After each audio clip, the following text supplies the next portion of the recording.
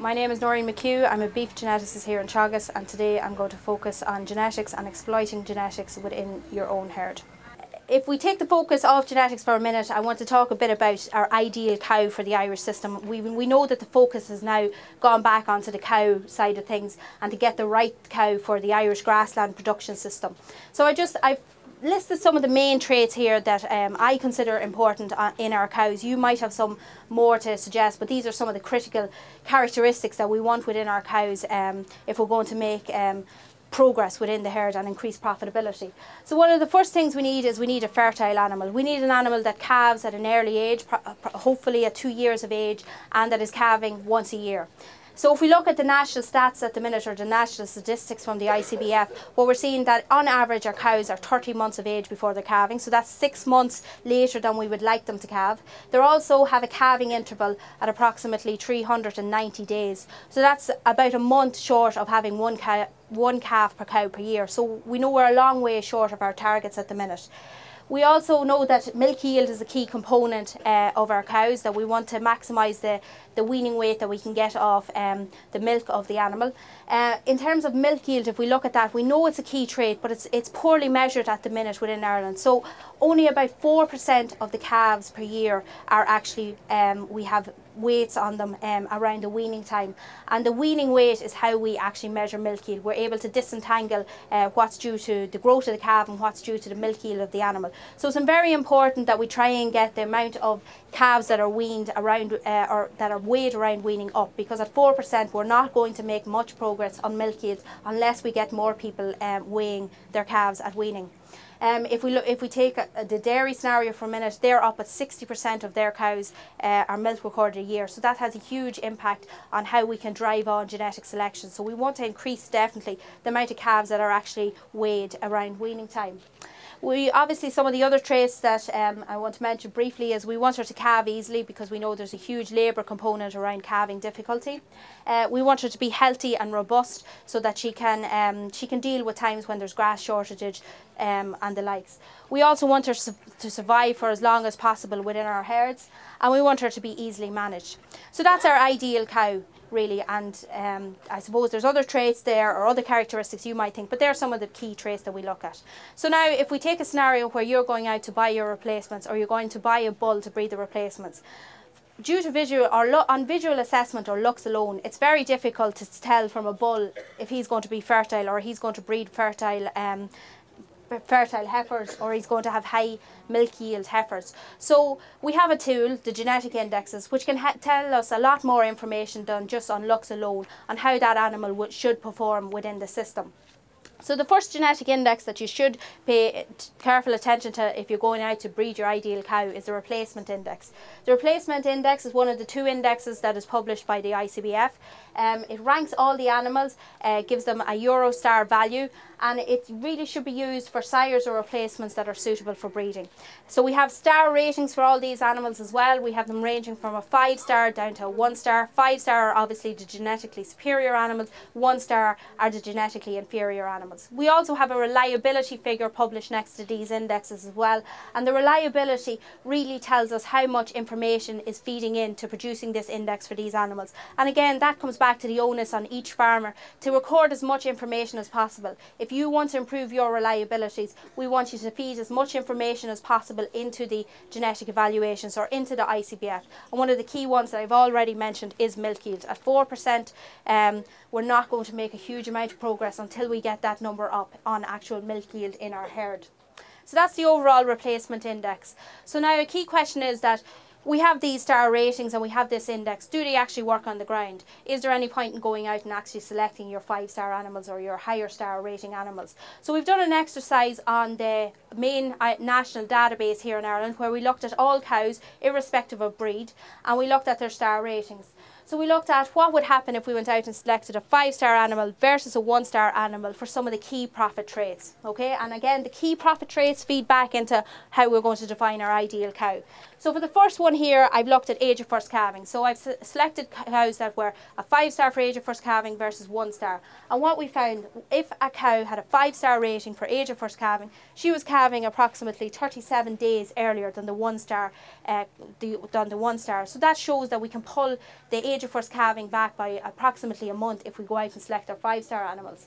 We also looked at it for calving interval, and what we saw is that we can reduce or shorten our calving interval by 4.5 days if we selected our 5-star animals versus the 1-star animals. In calving difficulty, a 5-star animal was 40% less likely to have any incident of calving interval or calving difficulty relative to the 1-star animal. In terms of mortality or dead calves, a 5-star cow had a 7% less chance of having a dead calf relative to the 1-star. In terms of milk yield, again, back to one of our key traits, if you went out and selected a 5-star cow, she would produce a weanling that was 15 kilos heavier at weaning just due to that milk yield alone. So again, it's showing that the 5-stars are working. And in terms of survival, a cow that had a 5-star rating for survival was on average surviving 3% longer in the herd relative to the 1-star. So all these results are showing that if you're going out and selecting animals, you really want to be selecting the animals on the 5-stars or the higher star ratings, because they are improving the profitability and productivity within the national herd. So this is an exercise that we've done, like I mentioned, on the national herd. We also have a new herd here in Grange called the maternal herd, which is looking at this in more detail. We're doing some detailed measurements on these animals. This is the results of that. There's only been 1 year results so far, but it's on in one of the villages, and you can actually look at the animals further on as well. So I'd encourage you to take a look at that as well. So that's the overall replacement index, which again is focused on breeding animals retaining animals for breeding. The second index that we have here in Ireland is called the terminal index, and that's for identifying profitable animals for slaughter. So if you're buying a bull where all his progeny are going to be slaughtered from, you want to focus on the terminal index. Again, terminal index, it's got a Eurostar value, it's got its star ratings as well, going from the 5-star down to the 1-star, and again it has its reliability figure, which tells you again how much confidence we have in the overall index. So we've done a similar exercise where we've looked at what is the actual benefit for selecting animals with higher star ratings. So this is data based from taken from the Tully Tully Progeny Test Centre here in Ireland, that's run by the ICBF, where there's approximately 300 animals have been slaughtered to date, and these are the results from these animals. And we've looked at doing detailed feed intake measurements on these animals and taking them through to slaughter and looking at their slaughter characteristics. So the results that we found so far is that if you selected a 5-star animal versus a 1-star, they grew faster. They had a 270 grams higher average daily gain relative to the 1-star animals. They also ate a lot less. They ate 1 kilo less per day. That is a huge cost, obviously, to our system. So if you're going out to select your 5-star animals, you also want to look at their actual feed intake ranking to see how important that is within the overall index. In terms of their days to slaughter, they were 12 days younger at slaughter relative to the 1-star.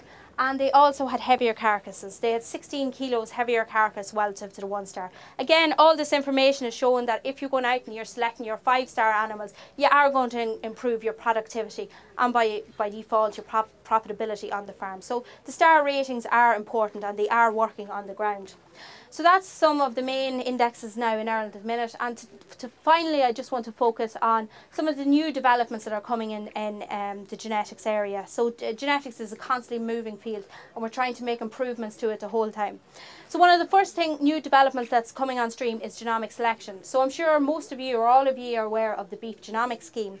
And the beef genomic scheme was really run to get genomic selection up and running for the beef herd here in Ireland.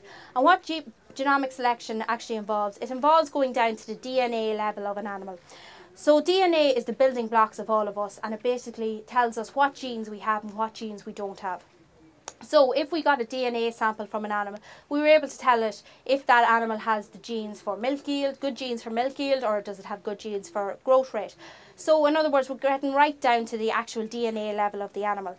So genomic selection is up and running for the dairy herd here in Ireland, and what we've seen on the ground is that it's doubled the rate of genetic gain. So it's increased the profitability further within the dairy herd, and we're hoping to see something similar within the beef herd.